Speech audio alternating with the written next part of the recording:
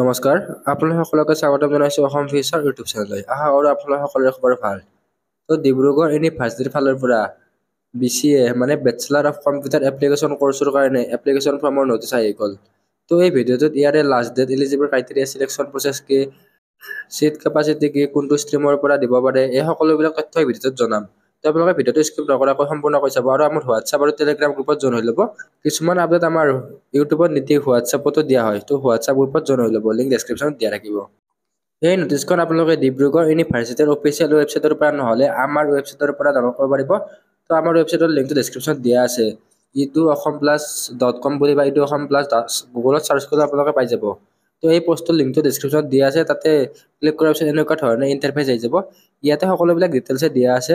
তো আপোনাৰ নটিচখন ডাউনলোড কৰিবৰ কাৰণে প্ৰথমে তলৰ ফালে স্ক্ৰল ডাউন কৰিব। তো ইয়াতে অফিচিয়েল ৱেবছাইটৰ লিংক দিয়া আছে। নেক্সট দিয়া আছে এপ্লিকেশ্যন ফৰ্মৰ লিংক। তো ইয়াৰ পৰাই এপ্লাই কৰিব পাৰিব। তো ডাউনলোড নটিচ, তো নটিচখন ইয়াৰ পৰা ডাউনলোড কৰিব পাৰিব ক্লিক হেয়াৰত। আৰু BCA ডিব্ৰুগড় ইউনিভাৰ্চিটিৰ যিটো ৱেবছাইট আছে তাৰো লিংকো দিয়া আছে ইয়াতে। নেক্সট ইয়াতে আপোনালোকে ডাউনলোড নটিচ, ক্লিক হেয়াৰত ক্লিক কৰিলে নটিচখন আপোনালোকৰ ডাউনলোড হৈ যাব। তো এনেকৈ নটিচখন ডাউনলোড হৈ গ'ল। তো এডমিশ্যন নটিচ হয় BCA প্ৰগ্ৰাম একাডেমিক ছিজন 2025-26ৰ কাৰণে। তো ইয়াতে দিয়া আছে online applications in prescribe form are invited for invitation to Bachelor of Computer Application BCA program for the season 2025-26. তো ডিব্ৰুগড় ইউনিভাৰ্চিটিত BCA bachelor of computer application কোৰ্চৰ কাৰণে চিট কেপাচিটি 60টা চিট কেপাচিটি আছে। তো এতিয়া নেক্সট আমি ইলিজিবল ক্ৰাইটেৰিয়া চাই লওঁ। তো ইলিজিবল ক্ৰাইটেৰিয়াৰ ক্ষেত্ৰত candidate who passed higher secondary 10+2 or equivalent examination in any stream in science, arts, commerce, securing minimum of 45% marks in aggregate without mathematics, commercial arithmetic and statistics as one of the subject. তো ইয়াৰে meaning হৈছে যে আপোনালোকে যিকোনো ষ্ট্ৰীমৰ পৰা science, arts, commerce বুলি কথা নাই, যিকোনো ষ্ট্ৰীমৰ পৰা হ'লে হ'ব। তো আপোনালোকৰ 45% আপোনালোকৰ 12ত লাগিব। কিন্তু নেক্সট এটা দিয়া আছে উইথাউট মেথছ, কমাৰ্চিয়েল, এৰিথমেটিক আৰু statistics as one of the subject. তো এইখিনি হ'লেও হ'ব, তো আপোনালোকৰ নাথাকিলেও একো প্ৰব্লেম নাই। কিন্তু তলত আৰু এটা পইণ্ট দিয়া আছে দ্য কেণ্ডিডেট উইথাউট মেথামেটিক্স, এই তিনিটা ছাবজেক্ট আপোনালোকৰ যদি নাই তেনেহ'লে আপোনালোকে 2 audit courses in mathematics in first 2 semester.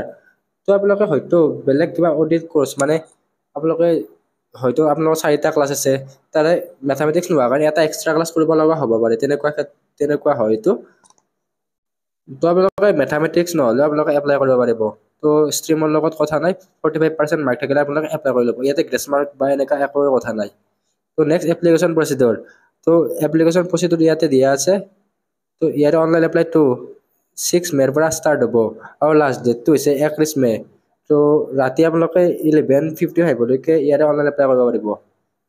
তো ইয়াতে দিয়া আছে application for bachelor of computer application BCA program shall be through online mode only. No other means of application shall be accepted. তো আপোনালোকে ইয়াৰে এপ্লিকেশ্যন ফৰ্মটো অনলাইনৰ মাধ্যমেৰে আপোনালোকে কৰিব লাগিব, অফলাইন আপোনালোকে কৰিব নালাগে।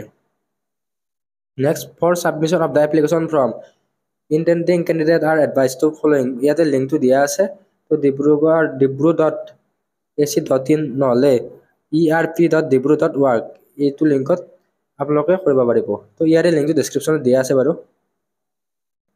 তো যেতিয়া আপোনালোকে আমাৰ ৱেবছাইটত যাব, ইয়াতে ডিব্ৰুগড় ইউনিভাৰ্চিটিৰ অফিচিয়েল ৱেবছাইটৰ লিংক দিয়া আছে, এপ্লিকেশ্যন ফৰ্মৰো লিংক দিয়া আছে।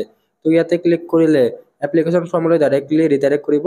তো ইয়াতে দিয়া আছে erp.dibru.org, তো ডাইৰেক্টলি ইয়াতে আপোনালোক ৰিডাইৰেক্ট কৰিব।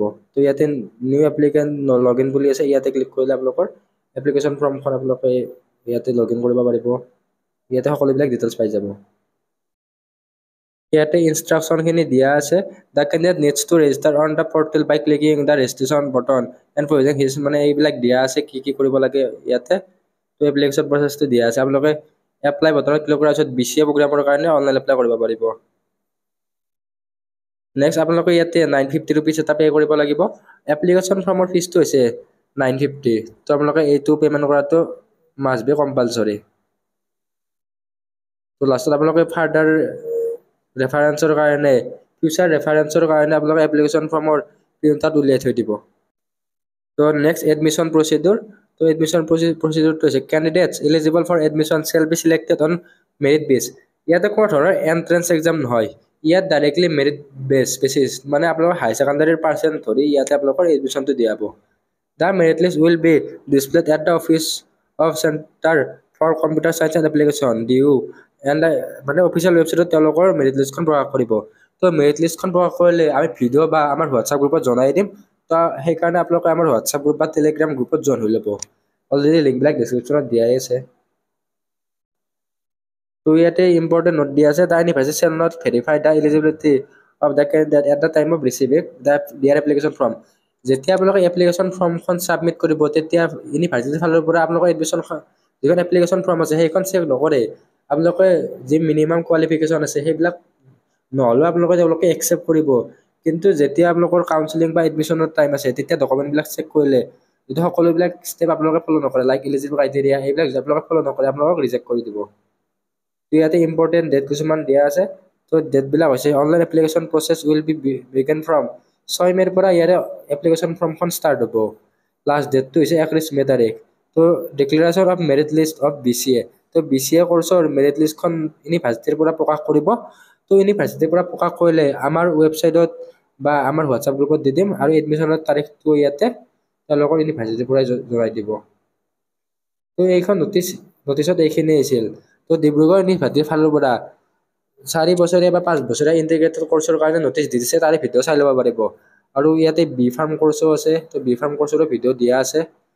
তো আপোনালোকে সেইবিলাক ভিডিঅ' চাই ল'ব। তো যদি চেনেলটো প্ৰথমবাৰৰ বাবে আছে তেন্তে ছাবস্ক্ৰাইব কৰি কাষত থকা বেল আইকনটো অন কৰি থৈ দিব। তো এই ভিডিঅ'টো এইখিনিয়ে, ধন্যবাদ।